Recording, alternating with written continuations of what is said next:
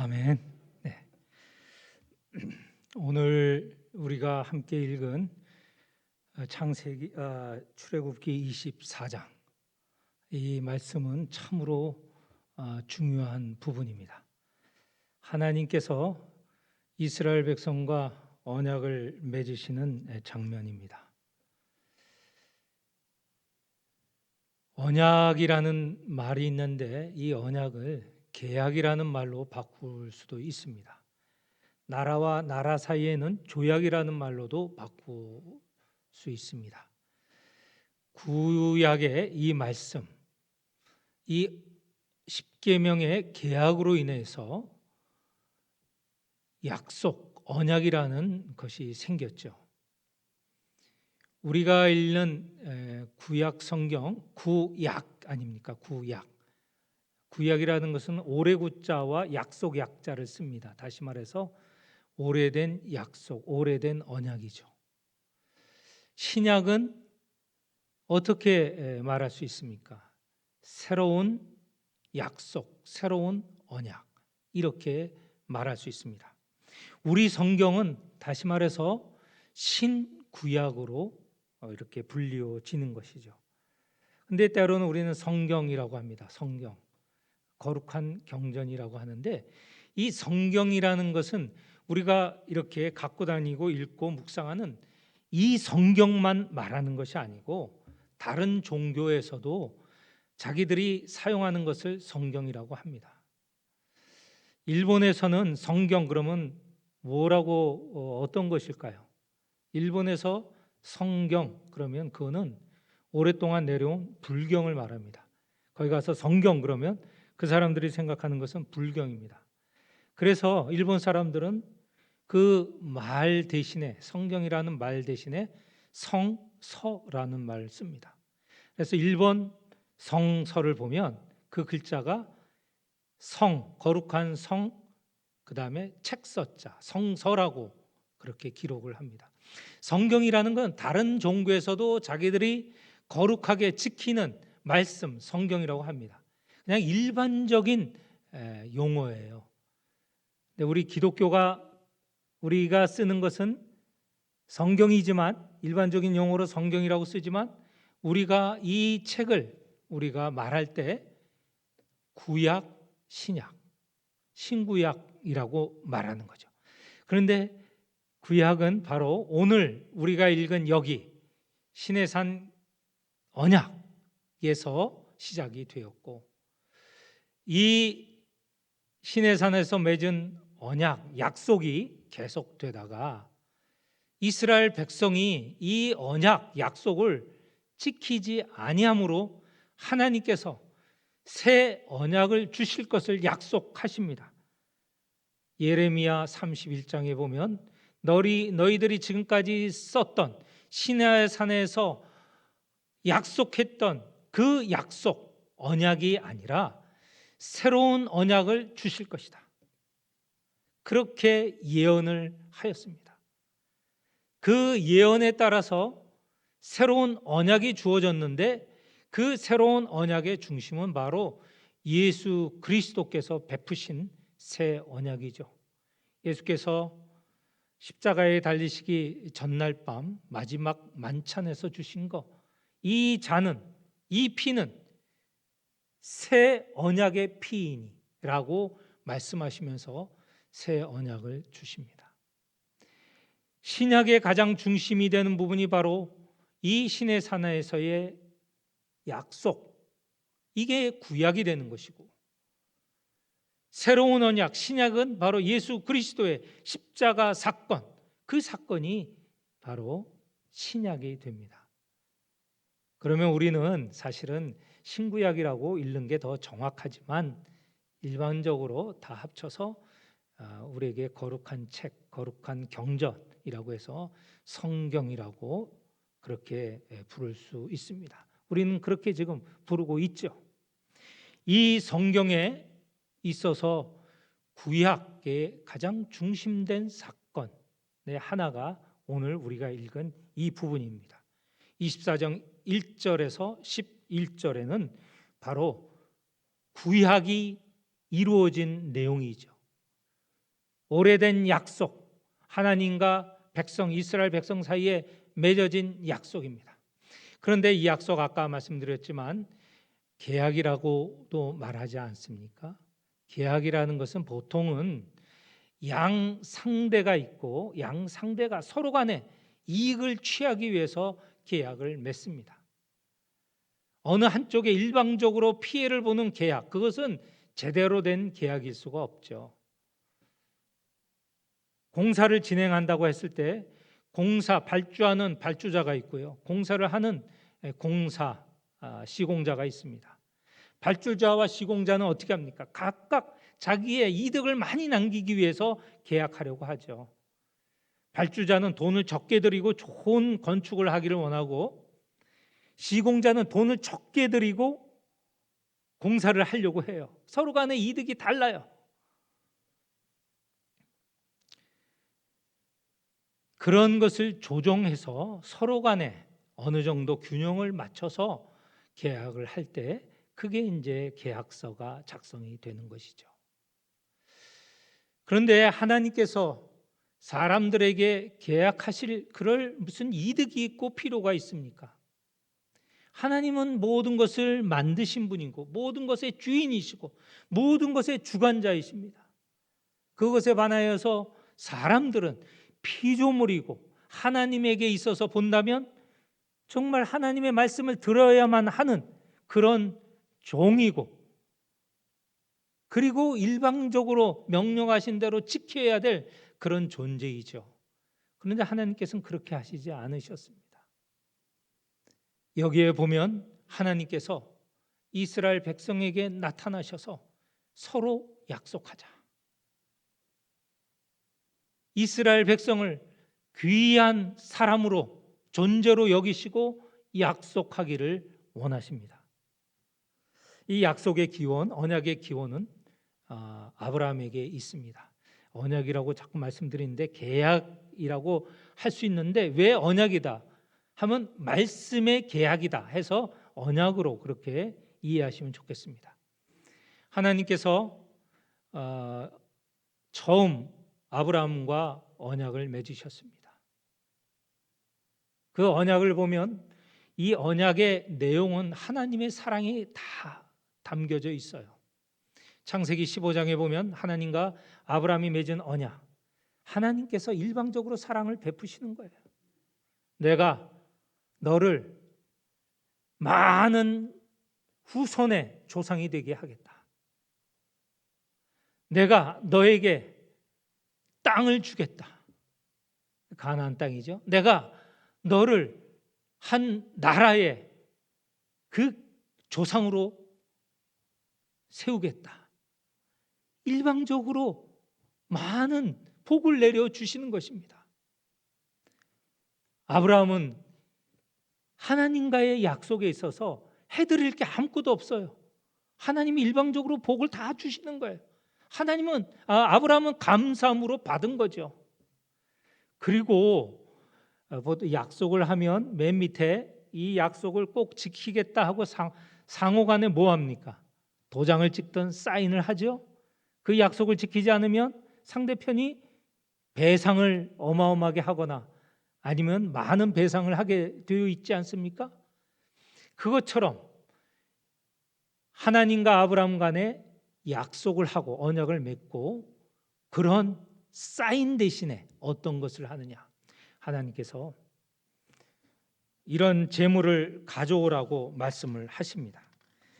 그 제물에는 3년 된 암소, 3년 된 암염소, 3년 된 숫양, 그리고 산비둘기, 집비둘기를 가져와라. 그것을 반토막 내라. 반토막 내라는 거예요. 한쪽 편, 두쪽 편. 그래서 한 편 두고 다른 반쪽은 다른 편에 둡니다. 물론 새는 빼놓고요. 여기에 소, 양, 염소를 잘라서. 그리고 그 사이를 하나님이 지나가세요.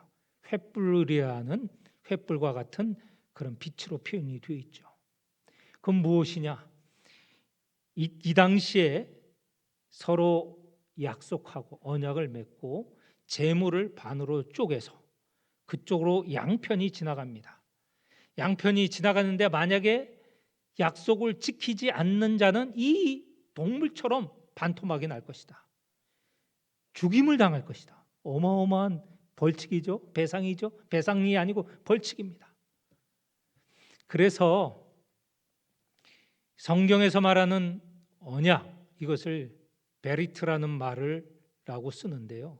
여러분 베리트라는 말 기억하실 거 없습니다. 그 언약의 의미는 반토막 내다, 쪼개다라는 말입니다. 무서운 말이죠.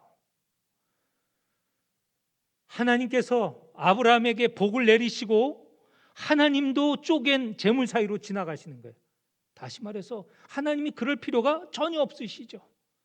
하나님은 내가 이 언약, 복된 언약을 주고 내가 지키겠다, 내가 틀림없이 지키겠다 약속을 하시는 거예요. 얼마나 큰 복이고 얼마나 큰 다짐이고 성실하심입니까? 하나님께서 이 언약을 깨트리시지 않겠다, 당신은 이 언약을 지키시겠다 약속하신 것이에요. 하나님께서 아브라함에게 약속하신 언약 어떻게 됐어요? 다 지켜졌잖아요. 아브라함은 때로 지키지 못했어요. 반칙을 했어요. 여러 반칙이 있죠. 여러 규칙을 어긴 게 있죠. 자기의 아내를 누이라고 속인 게 2번이나 있었습니다. 그리고 하나님께서 주실 후손을 기다리지 못하고 엘리에셀 또는 하와를 통하여서 난 이스마엘을 자기의 자식으로 생각하고 이렇게 하나님의 그 마음을 알지 못하고 하나님께서 주시는 그 명령을 지키지 못한 때가 여러 번 있었지만 하나님께서는 아브라함을 그 재물이 반토막 나듯이 죽이셨습니까? 아니시죠. 오히려 살리시고 더 복을 내리셨습니다. 마찬가지로 오늘 이 신의 산에서 맺는 언약이 그렇습니다. 하나님이 이제는 아브라함 한 사람이 아니라 이스라엘 백성 모든 이를 불러서 약속을 하시는 것입니다. 그 약속의 내용 7절에 보니 이렇게 설명했습니다. 언약서를 가져다가 약속을 하게 되는데 이 언약서는 우리가 앞에서 읽은 20장서부터 23장의 내용입니다. 거기는 십계명도 있고요. 20장서부터 23장에 보면 여러 가지 내용이 있습니다. 이런 내용은 다 무엇이냐? 하나님께서 종되었던 이스라엘을 구원하시고 구원하신 하나님으로서 이 이스라엘 백성이 하나님의 백성으로 제대로 살기 위하여서 갖춰져야 할 내용입니다. 사실 이 법들이 다 복된 것들이죠. 하나님의 백성으로 살아나갈 수 있는 그런 규정들입니다. 그 당시에 수많은 민족이 있고 나라가 있었지만 그들은 제멋대로 살고 있었는데 하나님께서 이스라엘을 불러서 하나님의 백성으로 살아갈 도리를 가르쳐 주신 거예요. 얼마나 감사한 일입니까? 그리고는 오늘 계약을 체결하시는 거예요. 계약을 체결하는 과정을 보세요. 하나님께서 직접 한 당사자로 역시 등장하십니다. 그리고 그 상대편은 모세와 아론과 그의 아들들 70장로 그리고 모든 이스라엘 백성이 한편에 있습니다. 저 높은 곳, 거룩한 곳, 우리와 가까이 우리는 감히 쳐다볼 수 없는 그런 곳에 계신 하나님께서 신의 산으로 내려오셨습니다. 이스라엘 백성이 하나님을 만날 수 있게 하셨던 것이죠. 이 언약 하나님께서 주시는 것이고 언약을 체결할 수 있도록 하신 것 하나님께서 주도하시는 것입니다. 하나님은 이렇게 이 언약에서 사랑과 또 이 백성을 훈련시키시고 온전한 백성으로 만드시기 위한 그런 세세한 세밀한 생각이 있으신 것이었죠. 계약을 체결하는 과정을 보겠습니다. 먼저 제사를 지내게 했습니다. 여기에 보면 소를 잡아서 번제를 드리고 화목제로 드리라. 그리고 소를 잡을 때 얻은 피를 반은 제단에 뿌렸습니다.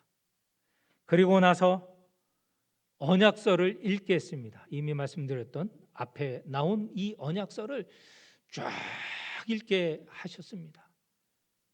이 백성들이 못 모르고 사는 게 아니고 하나님께서 원하신 그 십계명과 언약들, 약속들, 법들을 다 듣게 하셨던 것이죠. 다 들은 백성들에게 남은 피 반을 뿌리게 하셨습니다. 그리고 마지막으로 결론적으로 8절에 보면 여호와께서 이 모든 말씀에 대하여 너희와 세우신 언약의 피이니라 이렇게 선포를 하셨습니다. 여기도 보면 피의 언약입니다. 여기도 보면 생명을 걸고 하는 언약입니다. 피가 뿌려졌습니다. 짐승을 잡아서, 여긴 소지요, 소를 잡아서 그 생명을 취하여서 얻은 피로 뿌린 것입니다.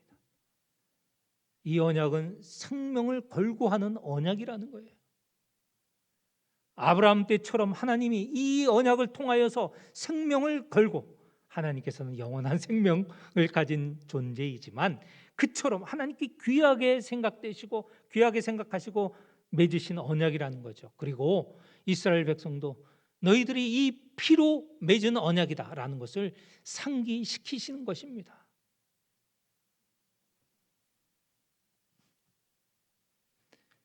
그리고는 보면 화목의 식사를 하십니다. 식사라는 거 참 좋은 일이죠. 우리도 계약을 맺은 후에 보면 계약 상대자가 이제 우리 계약 맺었으니 우리 함께 식사를 하면서 우리 사이의 관계를 더 두텁게 하자 이렇게 하면서 식사를 하지 않습니까? 하나님도 그 식사를 베푸셨어요. 그리고 당신의 백성들 모세와 여러 지도자 함께 식사를 하셨습니다. 이렇게 귀한 언약을 주신 것이 오늘 이 24장 1절에서 11절의 내용입니다.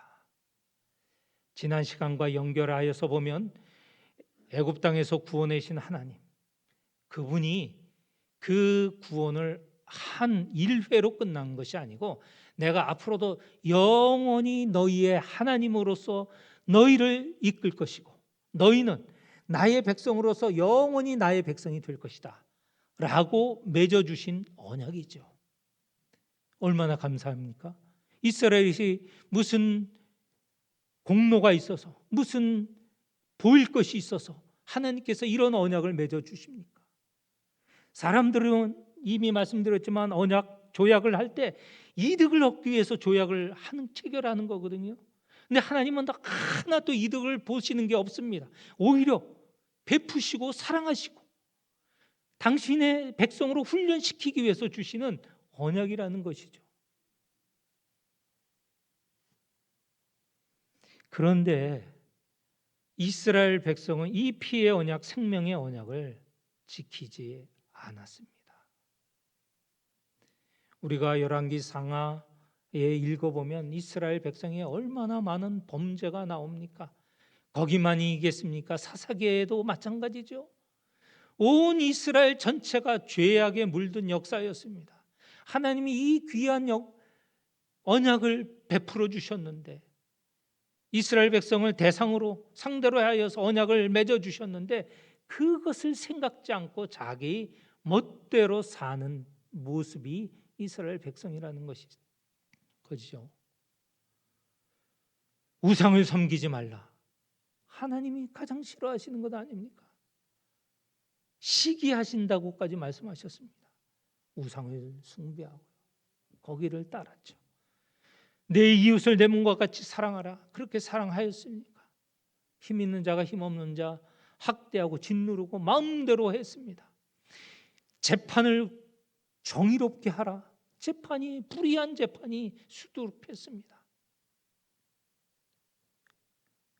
이스라엘 백성이 도대체가 언약을 지키지 아니하였던 것이죠. 마침내 하나님께서 예레미야를 통하여서 이제 시내산에서 맺은 언약 이걸로는 되지 않겠구나.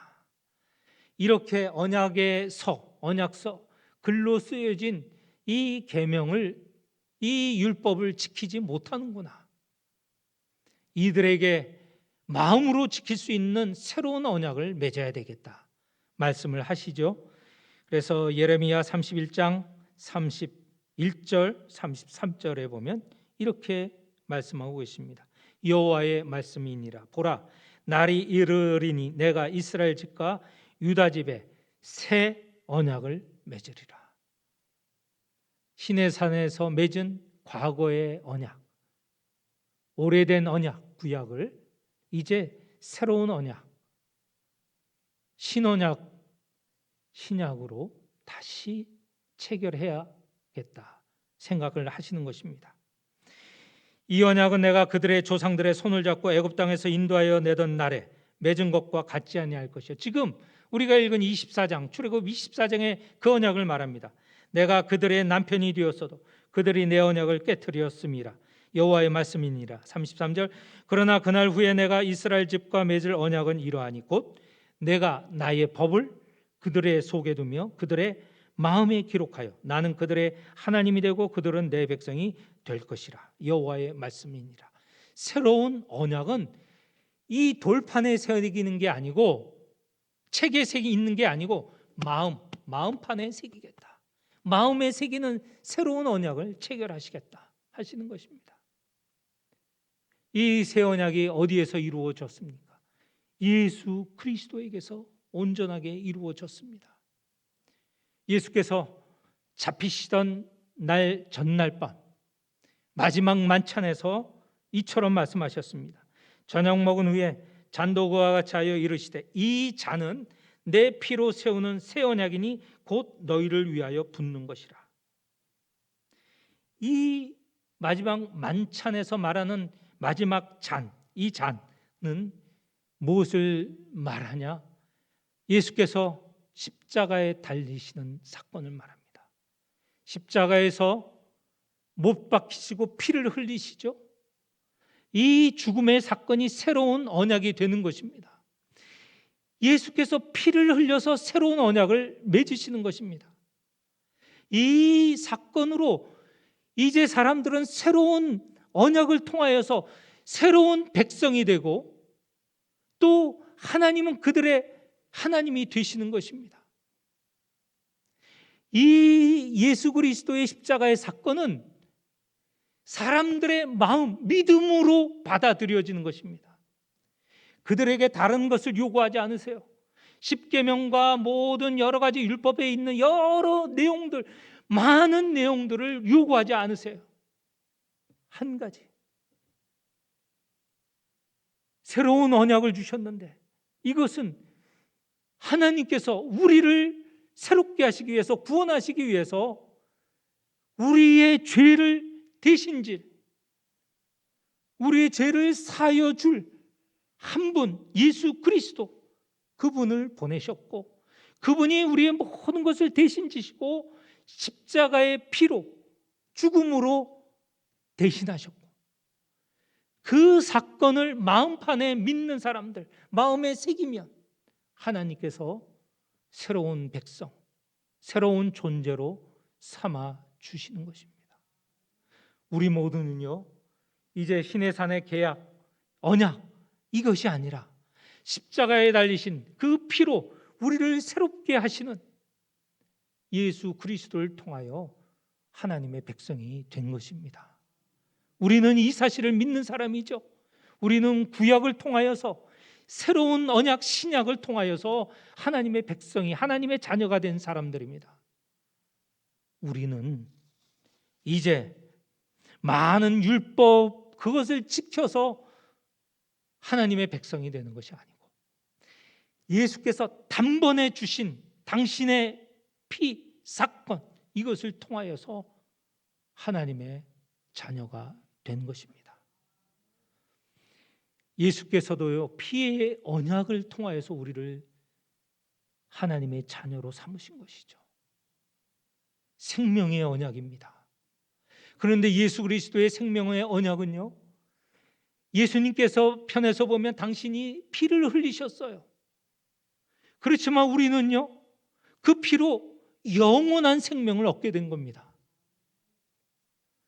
우리가 무엇이 간데, 우리가 어떤 재능이 있어서, 능력이 있어서 우리를 그 언약의 상대편으로 세워주시냐 하는 말입니다. 우리는 아무 공로가 없습니다. 일방적으로 베푸신 사랑입니다. 일방적으로 당신의 피를 흘려서 맺으시려고 하는 언약이라는 것이죠. 우리가 그것을 마음판에 새기면, 믿으면 하나님의 자녀가 되는 것입니다. 우리는 다 정말 거저 주시는 은혜, 그 한없는 사랑으로 하나님의 백성이 되어 살아가는 것입니다. 이 사랑으로 우리가 무엇을 해야 되겠습니까? 언약을 지키라. 사랑하라고만 하십니다. 하나님을 사랑하고 이웃을 사랑하라. 사랑만 하라고 하십니다. 이 사랑하는 것, 우리가 사랑을 받았기 때문에 그렇고, 사랑을 하여야 하나님을 제대로 아는 것이죠. 우리가 하나님은 사랑이라고 고백합니다. 그 하나님을 어떻게 하여야 우리가 더 잘 알고 하나님 안에 들어갈 수 있는가? 우리가 사랑하게 되면 하나님 안에 들어가서 하나님을 더 잘 알고 믿고 그 말씀에 따를 수 있는 것입니다. 사랑 하나만 요구하세요. 새 언약을 통하여서 새로운 존재가 된 우리 모두, 오늘 이 시간 그 은혜에 감사하면서 결단합시다. 사랑하자. 사랑해야 된다. 이것이 바로 새 언약의 백성들의 가져야 될 마음입니다. 기도하시겠습니다. 하나님 아버지, 저희는 아무런 선한 것이 없는 존재들을 이었습니다. 하나님 편으로 본다면 하나님과 원수된 자이었습니다. 그런데도 우리를 부르셔서 일방적인 은혜를 베푸십니다. 당신의 생명의 피를 흘려서 우리를 새로운 존재, 하나님 백성으로 삼아 주셨습니다. 참으로 감사드립니다. 새로운 존재가 된 저희들, 단지 하나 요구하시는 거, 사랑하게 하여 주옵소서. 이 사랑을 통하여서 우리 주님 예수 그리스도를 더욱 믿으며 우리의 아버지이신 하나님을 더욱 알아가며 믿게 하여 주옵소서. 이 한 주간 사랑으로 마음에 가득하여 사는 한 주가 되기를 간절히 원하오니 저희를 인도하여 주옵소서. 예수님 이름으로 기도합니다. 아멘.